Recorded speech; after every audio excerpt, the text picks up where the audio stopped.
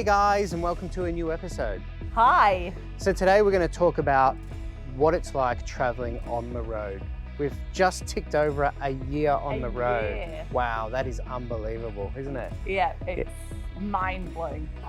So we thought we'd talk a little bit about what it's like, what we've learned, mistakes we've made.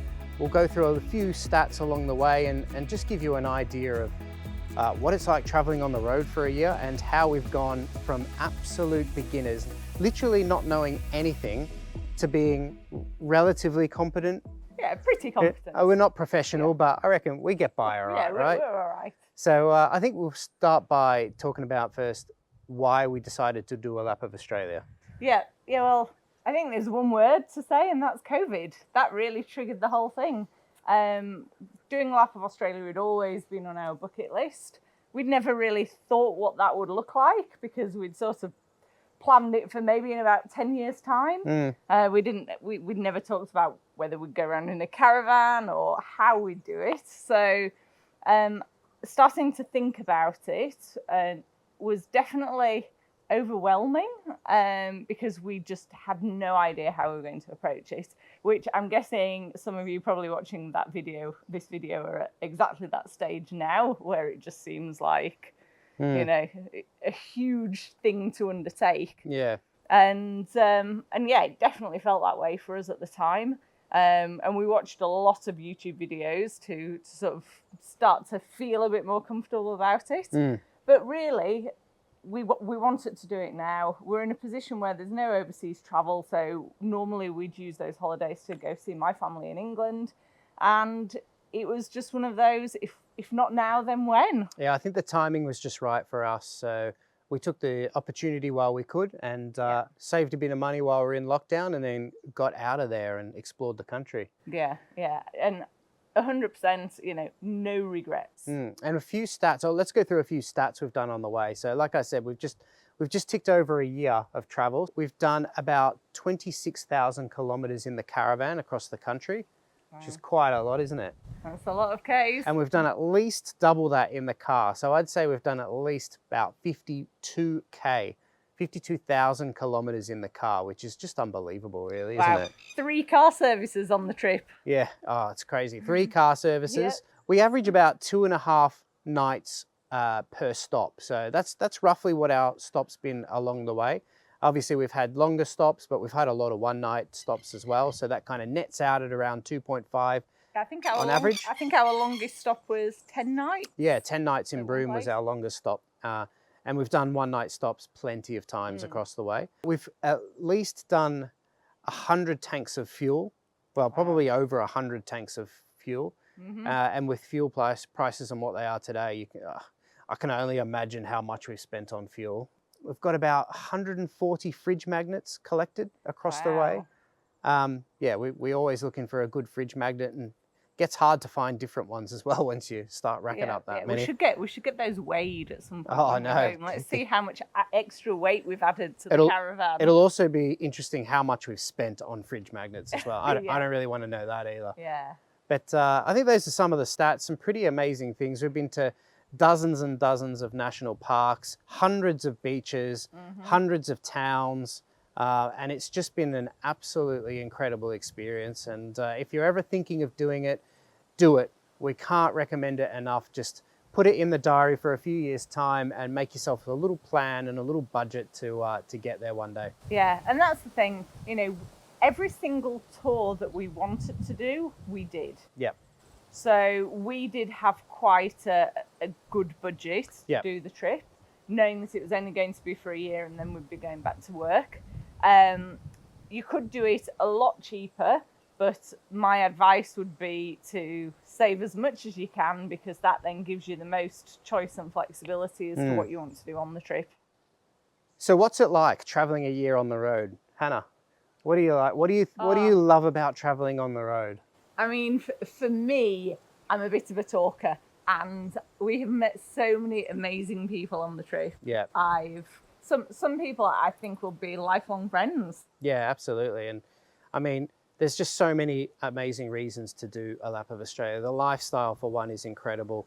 You know, you're not bound to anything. You don't have any routine, and you can just get up and do whatever you want, you know, whenever you want. And I suppose for us, it took a few months to get really in the swing of things, and just switching off from that kind of routine and getting on the lifestyle of being in a caravan for 12 months. I reckon took us at least 2, 3, possibly more, just to get our head in. Down. Yeah, just to get our head into it, slow down, you know, get some good routines happening, a good setup and pack up routine, and you know, manage our space in the caravan, and just get used to not having to be somewhere every single day, but just being able to do whatever you want. Yeah. I think it was quite a shift for us going from being in a house into a caravan space, considering we've never been caravanning before.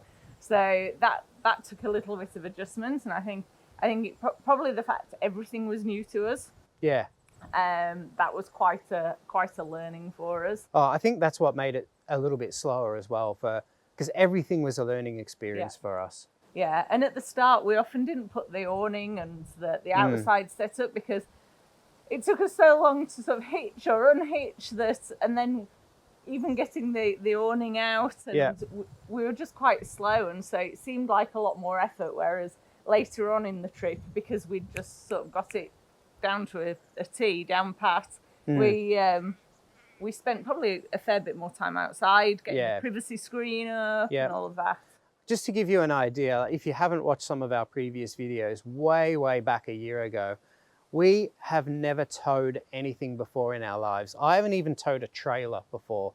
So the first time we ever towed anything was taking this caravan out of the dealership when we bought it brand new. So that was a incredibly scary experience. Spending this much money on a brand new caravan, and the first time towing it is out of the dealership. And because we were so inexperienced, I mean, we didn't even know how to unhitch the caravan. We barely knew how the taps and the batteries and everything, and we didn't know any of that. It took us a while to figure out how to connect everything and make sure everything was working. So I mean, that gives you an idea of where we came from. And now, you know, where we are today, we're super competent at reversing the caravan, getting it into almost any tight spot. Some of the places we've been would scare the literal bejesus out of me, thinking how on earth we'd get in there. But you know what, we've come up with a routine and it works for us. I'm not saying that it's without arguments. Sometimes there are some raised voices when I'm telling Chris to do something and I'm not doing it, and he's not doing it. But we get through it. We're still together. That's right. Yeah. But yeah, we're just going to talk you through some of the day-to-day things that come up and what we've learned and how we go about booking accommodation and where we stay, and our kind of mindset on accommodation, what we look for, and also traveling with a dog, traveling through COVID times, a little bit of a few places that we really love that you definitely should get to, and yeah, just a little bit more about life on the road. So thanks for joining us. Let's get started. So in terms of our accommodation on the road, we really try and look for really special, unique places that we can stay. You know, you get sick of staying in the bog standard caravan park. There's hundreds and hundreds of them all around. They're all a bit boring. They can be pretty soulless. So we try and really look for just something that has a little bit of an edge or a little bit unique about it as we go around. Yeah, we try and get variety, so it continues to feel like an adventure and something new for us. That's right, yeah. So we booked all sorts of places around Australia. Some of them have been amazing, and some of them have been pretty average.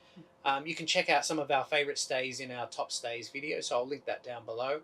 There's one for each state, so check those out. But in terms of accommodation, we didn't really book too far ahead for most of the trip, except for WA. We had to book almost all of WA West Coast because it was unbelievably busy when we were there, and there's not a huge amount of options in some of those places. So we were also there in school holidays, so we had to make sure that we had all the school holidays booked and ready to go so we didn't miss out. Yeah, so suddenly there were a whole lot more people travelling.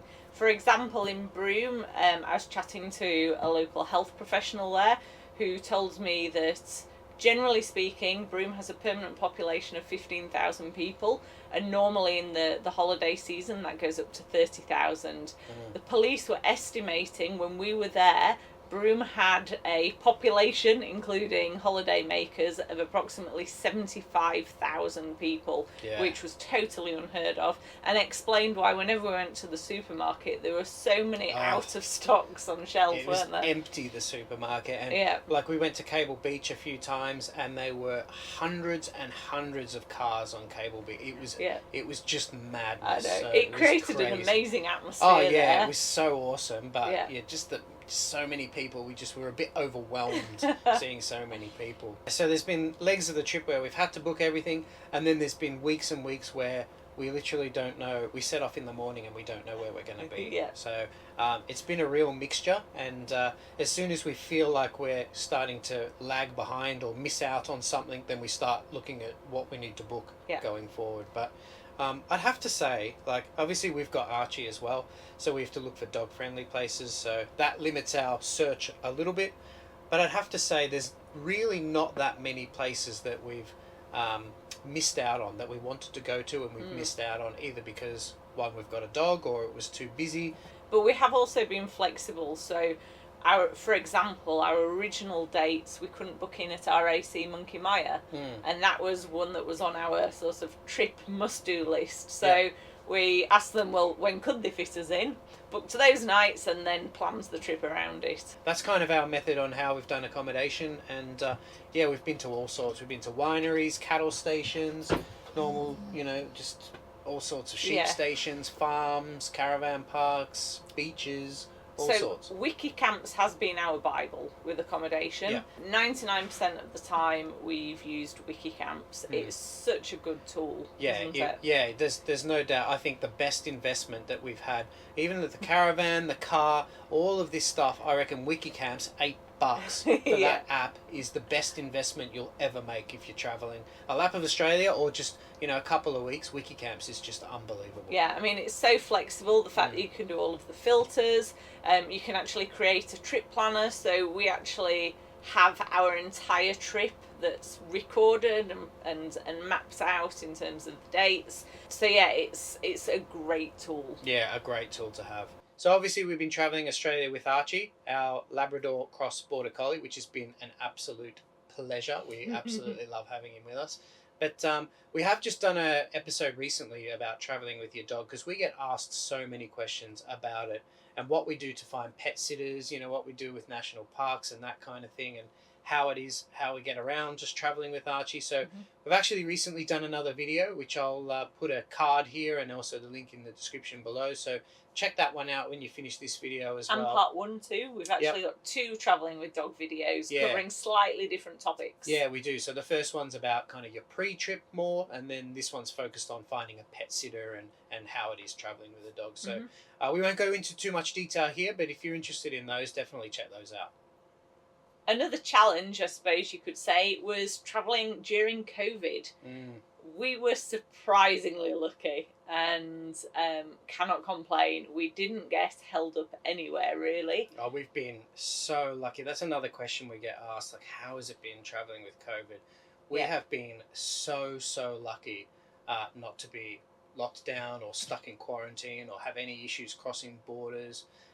We went into SA pretty early on in the trip. Obviously it was about mid-March, I think, and after a couple of months in SA, we then got into WA with no problems and spent a long time in WA, and then coming back east we had no issues crossing any of the borders, and we missed all of the COVID hotspots until it started flaring up in the last couple of months. The closest we came, we were in Perth, and it was my birthday, and we just come back from dinner, a nice dinner out in the city of Perth, and I got here, sat in the chair, turned the TV on. I was full, I was tired, I was ready for bed, and then Mark McGowan was announcing a lockdown in 3 hours time, and we were just panicked. We were, oh my god, 3 hours, we need to leave now. So we packed up all our stuff, as well as half the caravan parkers did the same thing, and got out of there. So that's the closest we came. Otherwise, it's frustrating having to have 7 different apps on your phone for check-in and showing your vaccination status. That is really annoying, and I wish Australia just had one app like most countries do, and you know, we could check in with that. But you know, it is what it is. And then we became experts on the relative merits of each state's app. Oh, when we got to a new state, I'd be like, oh no, it's not Queensland. No, it's not. Which one is it? Which app is it I'm on again? But apart from that, you know, learning the new rules as you get over to the state border, that was a little frustrating as well. We didn't know when and when. Are we wearing masks? Are we not wearing masks now? What are we doing? You know, is it like, so it was a bit confusing. But you know, apart from that, like, we haven't really had any issues at all. And I suppose the nature of doing this trip as well, we haven't wanted to be in cities. You want to be out remote. You want to be at the beaches, the lakes, the bush, the outback. Yeah, so I think just the nature of doing this, we just haven't been exposed to it, or you know, the restrictions too much at all. No, and it kind of turned into a little bit of travelling Australia, getting jabs as well. So we obviously got our first in Broome, and then we went to Darwin. We got a second one there, and then we got our booster in Chinchilla a few months ago. Brisbane. Yeah, so we kind of travelled the country, getting our car serviced and getting vaccinated. So fun and games. That's the summary of the trip. So now we'll talk about a few things that we've learnt along the way, and some of the mistakes that we've made as well. We've made plenty of mistakes along the way. Nothing major, but just that also helps our learning and increases what we've learnt along the way as well. So, you know, besides where we've come from, not being able to tow anything, not knowing how to unhitch, literally not knowing anything about caravanning, we spent 6 months learning all we could before we invested into our car and caravan. And we've learnt so much. Like, we're experts now. We can back it in anywhere. We know what, if something goes wrong, we kind of know how to fix it and what's going on. So we've learned a huge amount on that sense. But I suppose for me personally, I think the biggest thing I've learned coming out of this trip is just to enjoy the moment now, because tomorrow you might be off somewhere else or off doing something else, or something might go wrong. So just make sure you kind of, you know, living life as much as you can now, and don't let things hold you back, because as soon as you're not enjoying the moment, then tomorrow you'll be somewhere else, and you'll kind of regret not doing something previously. So you know, I'm going to try and learn to be more in the moment going forward. Nice, good one. Thanks. For me, I think learning about Australia has been incredible. Just the places that we've been it's just been incredible. And this is someone commented and said, or sent us a message and sort of said, oh, you don't do much about like every day in the caravan.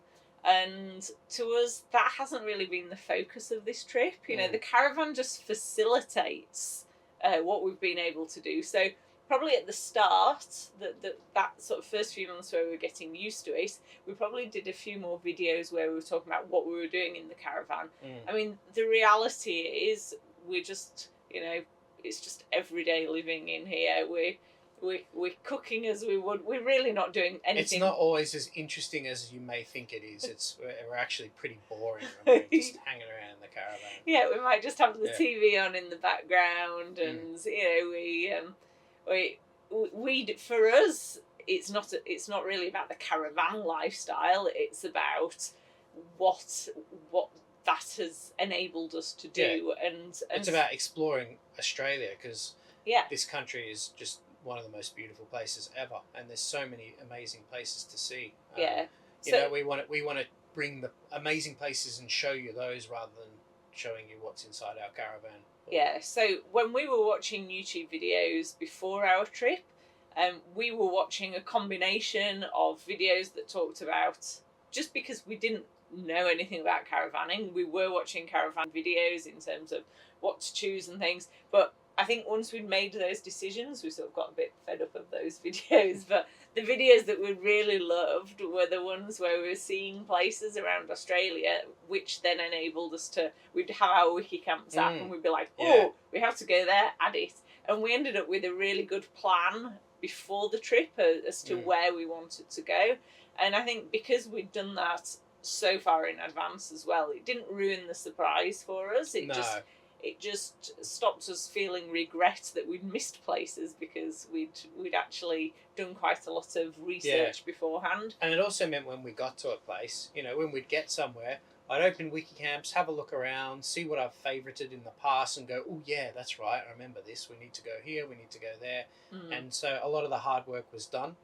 Obviously we go and visit information centres when we get to a new place and try and absorb as much information as possible. But just being prepared in the beginning before we set off helped us, helped us on our lap, and we kind of knew where we were going and what places we really wanted to check out. Yeah, and I think we did quite well in terms of what we brought with us, because it didn't really disrupt us at all. So I think we brought pretty much, apart from the toaster that we had to buy once we set off because we hadn't got the toaster with us. No, what we were thinking. I don't know. Yeah, I don't know. But apart from that, I felt that we just adapted really quickly to caravan life. You know, we had all the right pans. We've got the ones where the handles come off, and we bought lightweight cups and crockery and things like that. Just all the Corel stuff, which has been really good. Yeah. And inside the cupboards, we got the non-slip mats, and in some of the cupboards, we've sort of got the metal kind of holders as well, the baskets, and so I think that just sort of getting that nailed pretty early on, so you're not frustrated about your living environment, has meant that we haven't really been thinking too much about our living environment. No. We have been able to just really focus on where are we going, what are we going to see, who are we meeting, which I think is the more interesting side of things. Yeah, absolutely. Another learning is just the amount of things that we took with us in the caravan. Like, I think I've learned to be able to live with a lot less stuff. Like at home, we have so many things just everywhere. And here I've brought so many clothes that I haven't even worn at all. I've brought shoes that I haven't worn. We've brought quite a few things that we just haven't used. And while we do clean outs and try and throw some things away, I don't want to throw those clothes away. But I think at the start of this trip, I definitely overestimated how much I actually need to live on the road. Yeah, definitely. We have clothes underneath the sofa here, so there's storage all the way around here. And we've there's a lot of clothes. We've only lifted the sofa cushions up a handful of times. Yeah. We just haven't really touched those things at all. Let's move on to a few mistakes we've made. So we've probably discussed these in the past. We've had a few electronic issues. They're really user errors. Like we've just kind of, like I left the reversing camera attached one day, and then Hannah kind of moved the car and that snapped. Just wasn't paying attention. We've had issues with unhitching as well, where we've probably been in a rush. We're tired, it's been a long day on the road, we get somewhere and we've unhitched poorly, and the caravan has moved quite a lot more than expected. And it was just, stepping back, it was actually pretty dangerous. We're just trying to get things done quickly, but we've learned from that, and I think we now can hitch and unhitch. It's been fine for 6 months now. And we're more confident if we go to a place and the site that they give us isn't suitable, we'll go back and say the site you've given us isn't suitable. Whereas before we just take it. We kind of thought, oh well, it must be us. We just need to have a few goes and get it into the right spot. Sometimes if it's on too much of a slant, because of the size of the caravan, the bigger the caravan, the more important it is that you're on level ground, because the harder it is to get it level. So, but we've just asked for another site, and there's a few places where we've done that, and we're just like, no. Like there was one in Cairns which had a really high lip, and it was just at the most annoying spot that we couldn't put the caravan back any further, and the car was kind of teetering on the lip. And it was just far too dangerous to unhitch. So we asked for another site, and they gave us a much, much better site somewhere else. So we're much better at asking. So don't be afraid to ask if it's not suitable. As you're walking back to the office, just kind of have a glance at which other sites look like they could be suitable. So in the office, if they're like, oh, I don't know, you could say, oh, what about site 4? What about site 6? And see if they can work it out. I suppose one other thing is to think about some fun things as well, or, you know, what memories do you want to collect of the trip? We chose to collect fridge magnets on our trip. Okay, it was Chris's idea. We've met people that do stickers, or they'll collect postcards, and you can collect spoons if you want to. Yeah, there's all sorts of things to collect. We wanted some nice memories of all the locations that we visited. So firstly, we have our videos. So we're so happy we've done the YouTube videos, because this, you know, as much as it's great to share this with you, also in 5 years' time, when we're like, did we really do that trip? We've actually got a nice video record that's been nicely edited for us to come back and watch. So some of our favourite places around Australia, there are so many. Never ask someone who's done a lap of Australia, what's your favourite spot? Because there's just endless places, and you can never narrow it down to one. But Hannah, what's your favourite spot? Oh, I hate you. I mean, that's the thing. Australia is just so diverse. Like, how do you compare a mountain to a beach to a really difficult? So I'm just going to say a few highlights for me. I really enjoyed the Fluria Peninsula, so southeast of Adelaide. I found that really beautiful in terms of the wineries, the beaches. Kangaroo Island's there. Kangaroo Island, just spectacular. I also really liked sort of Esperance and Cape Le Grand. That was an area of Australia I knew nothing about, and definitely somewhere I'd like to go back, maybe on a separate holiday, to actually spend a bit more time there. I think some of the best beaches in Australia are in Esperance. Full stop. They are just mind blowing. Yeah, definitely. And then Northwest WA. I mean, it's just so different to anywhere else on earth. That's definitely where I would say, I'm going to echo Hannah there, and my favourite spot was kind of the Pilbara Kimberley region, Northwest WA. It is just absolutely next level over there, isn't it? It's just stunning colours, stunning scenery, stunning national parks, amazing beaches. And we didn't even do the Gibb River Road. So we've still got that to look forward to. And I didn't do the Bungle Bungles. Yeah, so I've got that to look forward to. The Bungle Bungles are incredible. So there's just something for everyone there. And I'm already looking forward to heading back there as soon as we can. Yeah. So the important thing, how much has this all cost us? Well, short answer, we have no idea. We kind of lost our track on budget on the way through. Just very roughly, I would probably say that we're tracking at about $1,400 a week, which is pretty pricey, but you know, we've done all the tours that we wanted to do. We've definitely done more caravan parks than we expected. We were going to do a lot more free camping, which just didn't turn out. Yeah, we've eaten out quite a lot. We've eaten out a lot. Fuel has been so much more expensive than we expected. Yeah. At the moment, we're paying $185. Like, that's getting upwards of what we were paying in Yalara, in Ayers Rock. Like, it's crazy. So fuel's been a big thing, but you know, we've done it very comfortably. We haven't really thought about our budget too much. That includes things like both of us doing horizontal falls. We both have done diving trips. We both did whale sharks. So we've done a lot of different tours across the country, which has added up to the overall amount we spent. So you can definitely do it cheaper than we've done it. But we just thought, we have a year, let's spend the time wisely and while we can, and just, you know. So, but we've no regrets for me. Yeah, and reality is just around the corner. Yeah. Yes, we're coming to the end of this trip, and in summary, we have had a lot of learnings. It has been a thrilling adventure.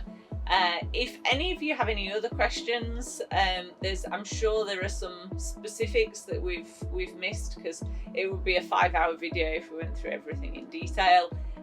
But do feel free to comment below with any kind of questions. We try and reply to all comments, don't we? Yeah. And within a couple of days.